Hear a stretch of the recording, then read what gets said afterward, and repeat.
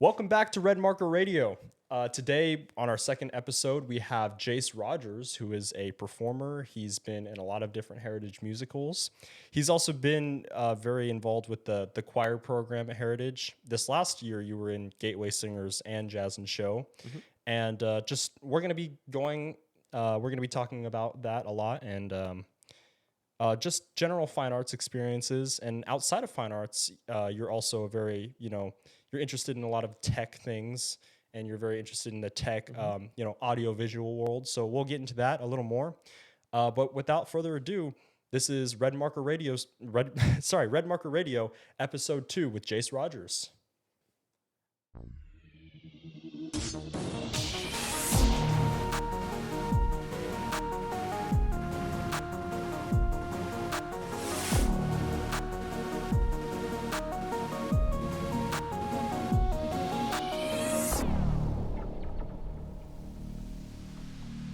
So, Jayce, we know that you were friends with Gavin, so this is a great transition from his interview being episode 1 to you being episode 2. We have a different set of eyes to the senior year of last year.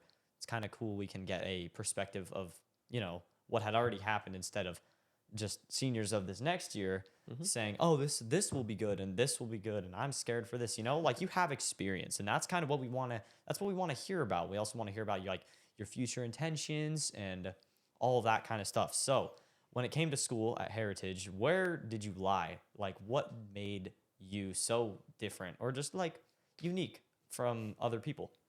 Yeah, so things that kind of set me apart, or I guess what people kind of knew me for, probably the biggest is just in like math or sciences. I was especially known for just after a class or after a lecture, I'd really internalize the information and then not study for it at all, and then just walk in and get like an A on the test. And I mean, there were so many people that are always like frustrated and they're like, man, that's not fair and stuff like that. It was super funny. That's hilarious. You were known for that too?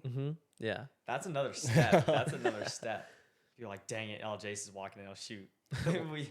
Did anybody ever want to cheat off of you for tests?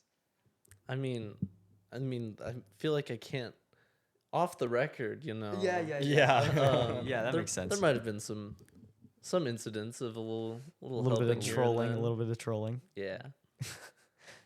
Well, I'm quite jealous of that because I can't really, when it comes to studying for me, there are certain classes that like, I feel like I study for them a lot more, and yet I still do better on tests that I don't study as much for, or I just like I do all this studying and then it comes out for what? Like a B, like a low B, and I'm like, dang, that sucks.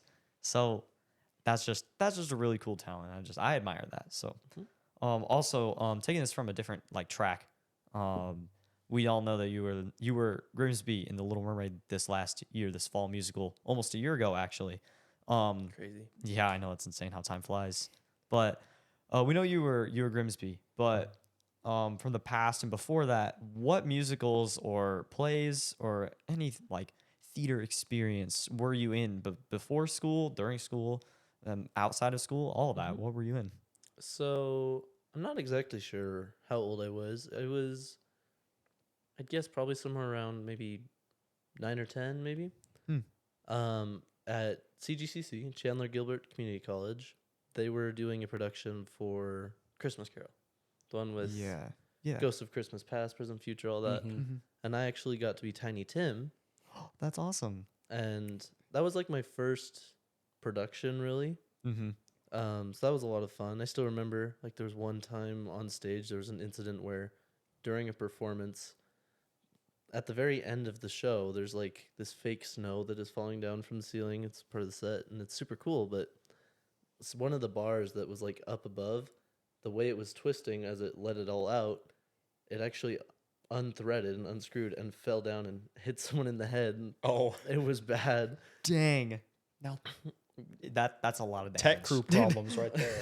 Tech crew moment. Oh my goodness. That's hilarious. Yeah.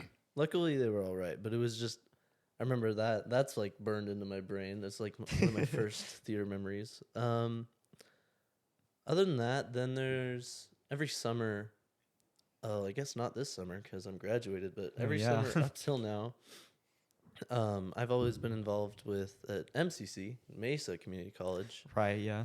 They do a summer workshop for music theater, which is super fun. I loved it. It was great memories. I have some really good friends from that still. And you would get together. You have 3 big numbers that everyone's in, then some groups, and then one that all the boys are in, all the girls, everything. And it's similar to the music theater camp that's at Heritage this Yeah.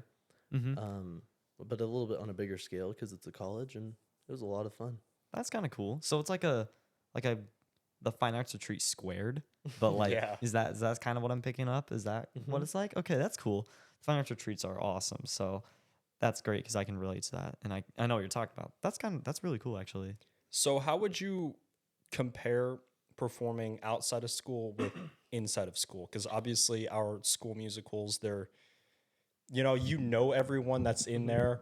And with outside of school musicals, you kind of have to like warm up to the people that you're working with. Yeah.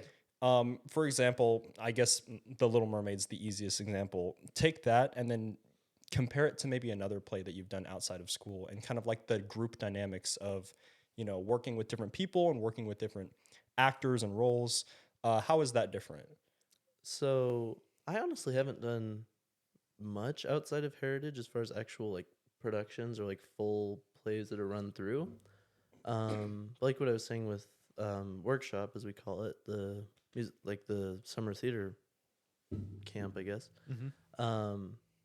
It's a lot of fun because it's a great experience to get to meet new friends and new people that you otherwise may not ever get the chance to, even though you're all in the same relative area. So Yeah. it was awesome to get to know these people that I never would have otherwise. That's really cool. That's nice. Yeah. It's really interesting because, actually in the documentary we have, I think it was Ellie. She said, it's about, especially with Heritage, it's about, it's her friends, right? We're all good friends working on a production together. And so it's not like we're working with brand new people. It's all like, if we get along in real life, then we're going to get along on stage. And if we don't get along in real life, then it might be tense on stage. And so working with that, I think is, it's a valuable thing to kind of make friends with people. And obviously that leads to great results. How, I kind of want to switch gears. During Mr. Superman, you played a piano solo, and the video that you played unfortunately didn't play all the way through. However, I was there Womp during the womp. dress rehearsal, and it showed kind of, you had a very wide range of friends and like people that you hung out with. I mean, who would you say those people are? Like what do you mean? Do you mean like group dynamics or Like, actual names? yeah, who would you view as your kind of closest group? Because we did a segment on Gavin, and he mentioned you, and so that's I kind of want to know how you view that. Yeah. So I would for sure say Gavin. Kind of, especially with just seniors this year. There were some that graduated last year, but especially like Lyndon Jarman, Gavin, Joey, Vela, and me. Like we were pretty darn close this year. Yeah. As well as Brooklyn Crandall. She was in there too. She's actually my cousin, so that's fun. Yeah. Oh yeah, I forgot about that. Shoot. All these relatives of Heritage. Yeah. everyone's related. I know. Seriously. Which is crazy because it's limited to how many students are there. It's such a small school. Exactly. Yeah. Word has to just spread through families, I guess. Yeah. Yeah.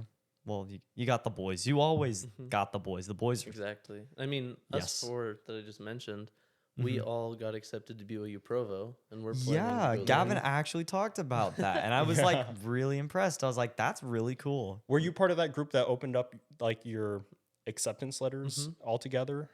So Joey was not there. It was after regionals for choir. Lyndon, Gavin, and I we just decided to get Chipotle after our like dress rehearsal right before the day before the performance. So we're going at Chipotle. All of a sudden, we all get a notification on our phone. Your BYU, like, I don't know what, like decision. acceptance thing. Like, how would you say that? Like, whatever. I know what you're I talking haven't about. gotten one yet, so I don't know. Still got probably what it is. close to a year, but Yeah. yeah. So we all get that like email saying, "Click here to see your decision results," and you're like, "What?" So we all eat our Chipotle, trying not to think about this like impending doom, as it feels like. Right. So, Uh-huh.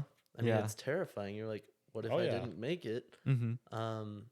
So as we're walking away, I finally just say, "Let's open it." Gavin says, "Okay, fine, I'll do it." Lyndon says, "I want to do it with my family," which is totally respectable. I get that. Yeah. So then Gavin and I opened it. This is just right outside the Chipotle in Queen Creek. We both see that we get in, which then I think made Lyndon panic even more. He went, when he walked away, he was like completely silent going home, which, if you know Lyndon, is kind of uncharacteristic. But, Yeah. but then we found out later in the night he made it in, and then we got a text from Joey saying he made it in. So it was just super cool. Whoa! And now you all are rooming together? Is that what it is? Hopefully. So Oh, that's so cool. we do got to take like a 2-year gap because we're all going on missions. Oh, yeah, true, yeah. So we haven't necessarily figured out housing just yet, but that's the plan right now. Okay, yeah. That makes sense. I don't know why you would figure out housing this early anyway. Yeah. So, do you plan to go on to school for something specific, or what do you want to go for? Yeah, so most of my friends I just mentioned kind of just like did general BYU I want to go. I actually specified like on the application I wanted to go into cybersecurity there. Kind of my goal right now is to eventually make it towards being a penetration tester. They have a really good program for that. That's really cool. So what does that entail? So a pen tester, for short, is someone who basically gets paid by companies to break into their systems any way they can safely. Don't want to damage their company, but and then tell them how they did it so they can fix their security, basically. Just like... Oh, yeah, I have heard of those before. I think my cousin's going to school for that, actually. That exact same thing. I think he's in Virginia. Yeah, that's really cool. And I always found that super interesting. And that definitely feels like that'd be something you would do, That definitely struck me as something you'd do. That is interesting. That's I don't really know. sick. I don't know if you've seen this, but there's some sort of software company in San Francisco, and they have, the way their security database works is they have this camera on all these lava lamps on this like wall. Oh, I have seen that. And each lava lamp carries like a series of numbers, but like the fluid in there is always moving, and so there's no way that you can crack that code. Yeah. Because it's an ever-changing code, almost like the nuclear codes almost. So I don't know.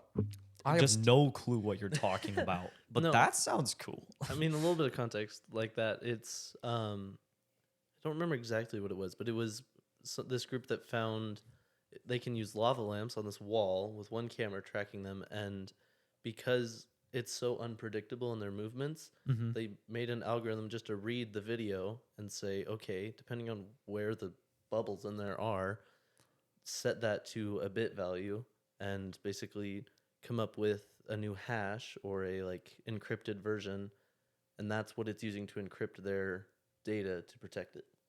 Wow. Their brain is massive for doing that. Yeah. And they figured that out? Like, did they publicize that, or did someone figure that out? I think they publicized, like, I think they, like, it was a little bit of a social media stunt, but I assume it's also really secure, so.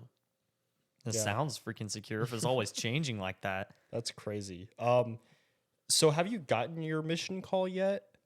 So I have submitted it online. Like, I've done everything through there. I met with my bishop. I just need to meet with my stake president, and it's looking like I'll do that Tuesday night. So, like, 3 days from now. Sweet. Tuesday night, like the night of the cast party? Is that this Tuesday? Yeah. Oh, no. It's okay. You don't have to go. No, I definitely need to. Oh, my. Well, it also when does lasts. the cast It party lasts go? 4 hours. It lasts from 6 to 10. Okay, so this would be at, like, 8:45. So I then you're should be chilling. able to Just go. go to the beginning. Yeah, okay. We might show it at the beginning. I don't know. I also said in We'll Gavin's wait for episode you. that we were going to show it in the end, so we'll see Oh, what boy. happens.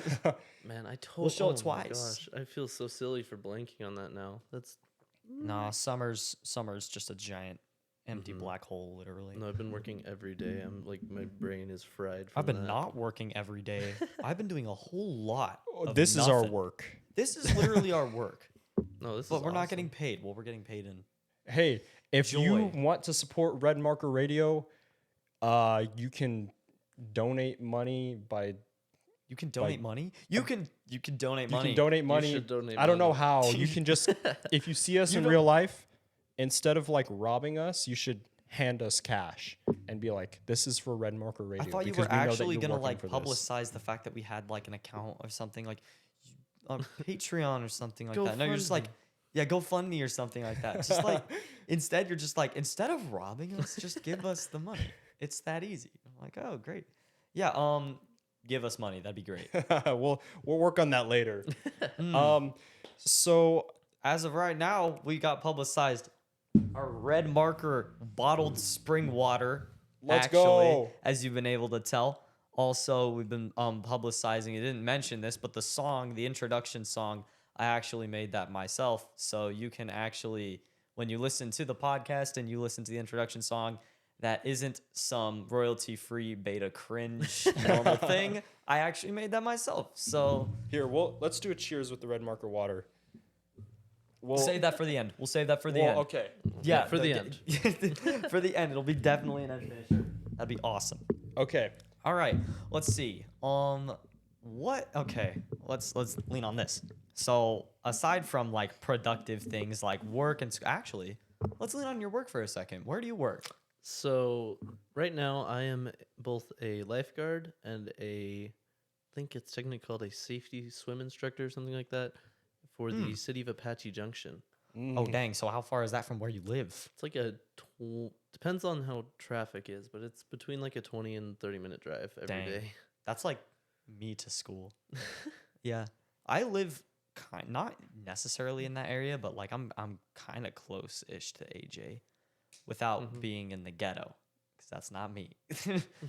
So yeah, well that's really cool though, because that's unique. That's unique. Yeah, it's not like I work at Chipotle or McDonald's, you know. Well, That's unique. It's and really it cool. actually pays really well too. Really? At least for a starting job. Like, you guys know him. Jack Peoples also works there. Yeah. Yep. A few other people from Heritage. Obviously Gavin. He's Yeah. kind of like my boss right now, actually. Makes That's it a little weird. hilarious. But yeah, like I make $17.82 an hour now, Really? and it's only my second year there, which is That's and it's pretty much a pretty starting good. rate too. It's good. Yeah. And do you pay for gas? Yeah. So, Okay. Well, then that means I can probably pay for gas soon too. No. Yeah. Is it based off, like, do you get promotions based off of referrals, or how does that work? So you can get a bonus. They kind of nerfed it really hard this year. They nerfed the system. Exactly. The new They patch. patched the glitch. They patched the glitch. Yeah. Dang it. Because last year, David Rosenbaum and Gavin brought in so many people from Heritage. They each got like $1,000 bonus for just referring. Well, their people. brains are just really big for doing that. So I think they capped it at like you can refer 2 people per summer, and you get like, I think it's like 150 now, instead of the 250 it was before. But still, it's good referral. That's really cool. But yeah, that's not promotion. That's just a bonus. Yeah. Um, And so, do you just chill on the tower, those like tower things, and with shades on, you just sit there? yeah. And you like what? Do you ever see any action in Well, the pool? So, I actually already got what we call mocking. It's getting mocked. It's Oh wow! it's not getting bullied. I promise. Oh, wow. It's where one of my bosses will either they will or they'll send another guard who's not actually currently up to basically fake drown, whether that's they're just flailing or they're passive or whatever, and then they're basically testing me to see if I'm paying attention and will actually save them. So that's has it ever fun. has not for you specifically, but has it ever not actually happened? Like, has someone ever been caught not paying attention? I think everyone. I can't picture anyone failing their mock recently. Okay, I haven't heard of that, but it definitely could happen. Oh yeah, for sure. Feels like such an easy setup, you know. I mean, It's like, what's the weirdest thing that you've seen in person? The weirdest thing I've seen at the pool. I mean, it's AJ, so there's some stuff. Out there. So we're also kind of like we're like our own janitors there. So we clean up all of bathrooms and everything, Oh, strike the deck that's after. fun. So it gets really nasty in there. I That's will tell you disgusting. that. But cleaning the boys' bathroom one time, I look in the garbage can. There's like a little shooter bottle of alcohol, like a little shot glass, Yeah. but it's like a bottle. Which then I had to go tell my managers, and they have to announce it over the speakers because it's technically part of a school campus. So obviously alcohol's Dang. not good. So that was a little bit of an interesting moment where I'm like, oh, And you couldn't like touch it? no, well, it was in the garbage bag. So. Well, yeah, okay. Oh, well, I guess you could touch it. What the? Sorry, I used to work at a wedding venue when I was 15, and they would make me serve alcohol and stuff. So I was like, well, I couldn't touch it without me being illegal. And so now I'm like, oh, could you not touch it? And you're like, well, it was in a trash bag. I'm like, oh yeah, of course. Yeah. You're not like serving it or anything. Yeah. You can't touch it. Oh, you don't want to accidentally serve somebody. Yeah. Yeah. And we You also, don't like- want to accidentally serve somebody. Yeah. Oh shoot. Yeah. All right. Well, that sounds fun. That sounds like a cool work job experience kind of thing. No, it's a good time. Yeah, and it pays a lot. That's awesome. So outside of school and just like for wind down time and for like chill time, what do you do to just like empty your mind? You know? I'm a little bit of a YouTube Binger. exactly. Yes. That's the word. Everybody is to some extent. Yeah, like I remember once I discovered mechanical keyboards randomly watching YouTube video, and since then that has become one of my like hobbies that I like research into, and it's super cool, at least to me. What is a mechanical keyboard? So picture like a computer keyboard. Yeah. Instead of the nasty, like mushy, really thin, flat membrane keyboard, it's called. Instead, every single key has a little switch in it. That's a mechanical switch. And there are different varieties. You can have a linear, which means when you push it down, it's just smooth all the way down. There's no bump or anything. Yeah. And there's a tactile, whereas you push down, it like starts to push down, then it catches. So you need a little bit more force to overcome that, and then it pushes down all the way. Oh. Okay. Then there's a clicky, which is like that, but when you do it, it makes a fun sound. I think I've seen one of those before. Like I think my one of my family friends has one for like. I completely forgot. I think I've seen one though. I think I know what you're talking about. Yeah. That sounds really cool. I mean, I've brought my current keyboard to school a few times just for like typing, like for a big essay or something. 'Cause Right, I'm yeah. used to it. Yeah. That's smart. So like is it like a ton of like gimbals and switches and like things in each key or something like that? So all the switches are just like self-contained. So okay, let me break it down. So All right. you got the case of the keyboard, Yeah. which can be either like polycarbonate, like plastic, or aluminum, or different metals as you get more up in price usually. Yeah.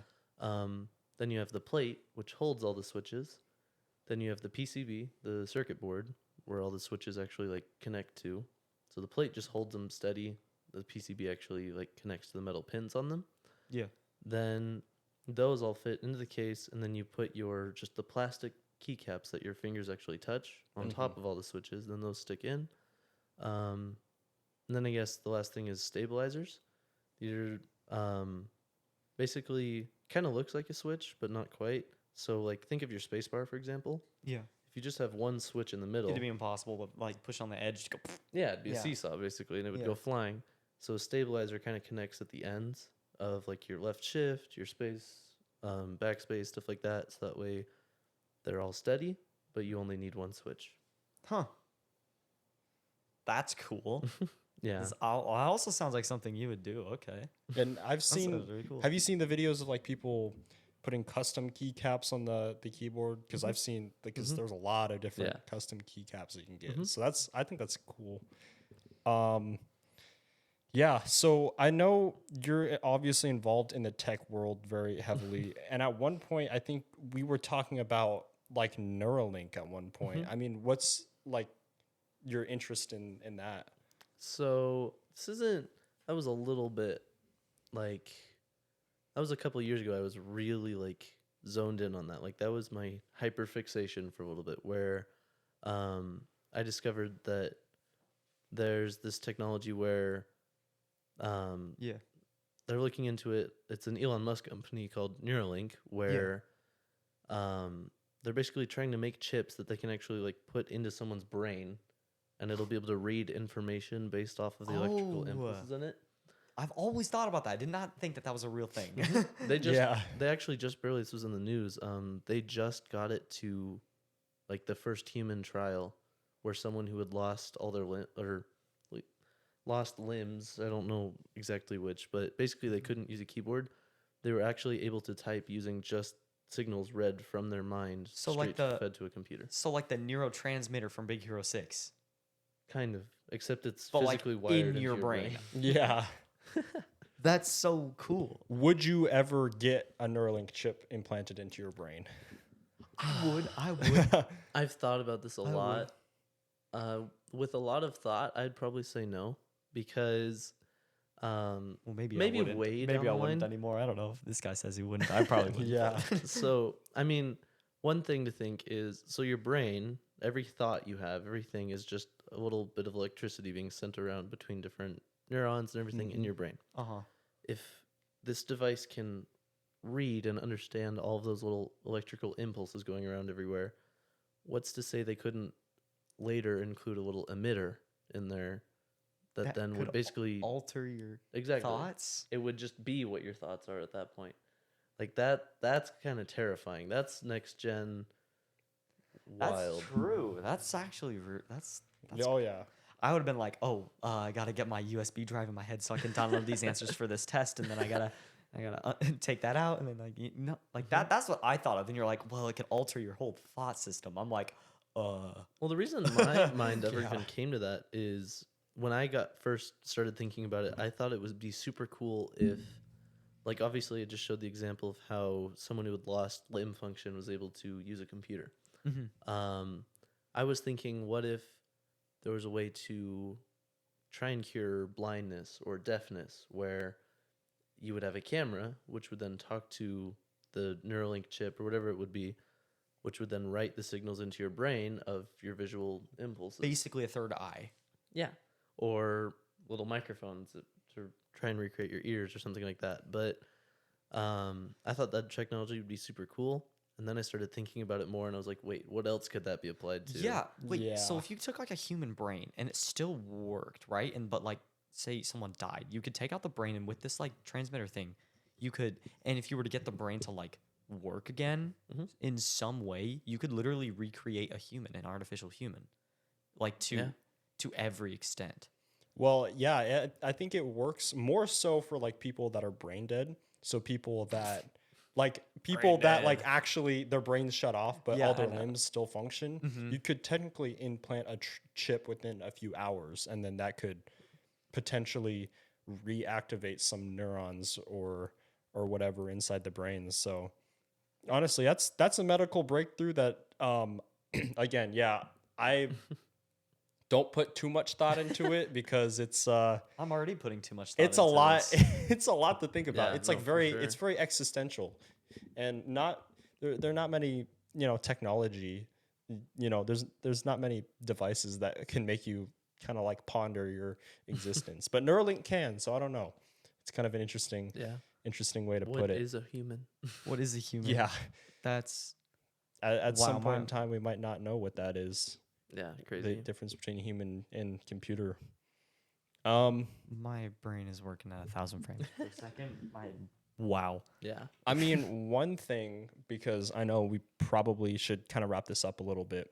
One thing that a computer can't really do, that only humans have the ability to do, is to pick and choose like different. Sorry, No. pick and choose different friends and different social experiences. I thought you were gonna say emotion, but and emotions. Yeah, I mean, what? Yeah, I mean, what okay. social experience? Go on to what you were saying. What social experiences with friends and whatnot? What would you like to leave the viewers with if you were to give one piece of kind of like Jayce life advice based on your not only your senior year but just like your whole life in general and your different friend groups and whatnot? Just looking back on every single thing that you've done, what's one piece of advice that you would give to somebody listening to this podcast? This is gonna sound a little weird. I would probably say, don't. I mean, how to phrase this? Like, don't take everything the wrong way or make everything about you. So, I'll give a little bit of backstory. So, I am the youngest child of 6 kids, and there's a 12-year gap between me and my next closest siblings. So they're Wow. all pretty close in age. Then there's 12 years, and then there's me. Mm-hmm. So, growing up, by the time I'm 6, they're already all adults and moving out, going on missions, all the things. Wow. Wow. Yeah. So I was always feeling kind of left out, which they're adults. Yeah, Yeah. it was a whole thing. But over time, I kind of just got to the point where I read everything as a sort of like an attack on me, or I was taking everything negatively, or, oh, they hate me, or stuff like that. When over time, I kind of came to realize, oh, there's just other things happening in life that, oh, maybe it just really didn't work out that way, or it wasn't meant to mean that, or any sort of thing. Like, it got to the point where I was doing the same thing with friends, where I'd see, like, oh, they went to a party and I wasn't invited. Oh, no, everyone hates me. So just, I would really say, try to keep an open mind and remember that just because things might not be exactly how you hoped, it doesn't mean it's going the wrong way. That's actually, those are words to live by, especially for high schoolers, because sure. developing brains, we overthink everything we do. Yeah. I overthink everything I do. I know that. So that's so valid to a lot of extents. Well, on that note, that was a solid ending note right there. I guess we can. Sorry, I might have gone a little too deep. No, that was the perfect. That was great. Depth. The That was perfect- great. Yeah. Perfect depth.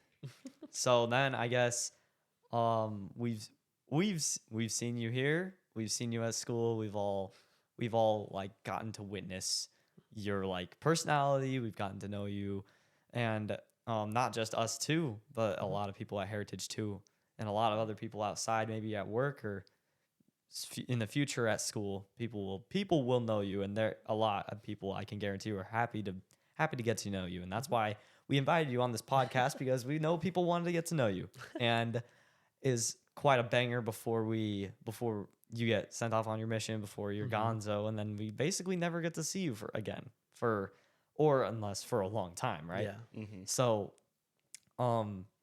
those were some amazing words of wisdom, and I'm happy that we were able to just chat, get some words out, get some schmoovin', and couple things. One, we gotta do our red marker water clink. Oh, yeah. Gotta Okay, do let's this. do it. Let's do it. And And cheers. a little cheers moment. Yeah, that's right. Red marker water. Here, I'll unscrew the cap. What are we gonna? What are we unscrewing the caps? gonna? Okay. Well, yeah. After that, we'll just take a sip. What are we gonna? cheer What should we to? cheer for? I don't know. Why is this my choice? I think you guys should choose. Oh, It's your podcast. To Neuralink. to Neuralink. Yeah. Okay. Okay. Okay. To Neuralink. To Neuralink. Let's go. Woo! Okay, red Fresh marker water. bottled spring water. And that's only one of the last things. And now the last thing. We need your signature on our board up there. So you can see Gavin's is already up there, and you're gonna be the next one. You're gonna be episode 2's Episode 2. representative. So that concludes today's podcast, episode 2 with Jayce Rodgers. So about same size as Gavin. About same And size. if you want to leave a little note, that would be great. A little phrase, something that means something to you, means something to anybody else, whatever you want. Let's see. So much open room, you know? Yeah, exactly. Yeah, be careful not to write on the couch. Yeah.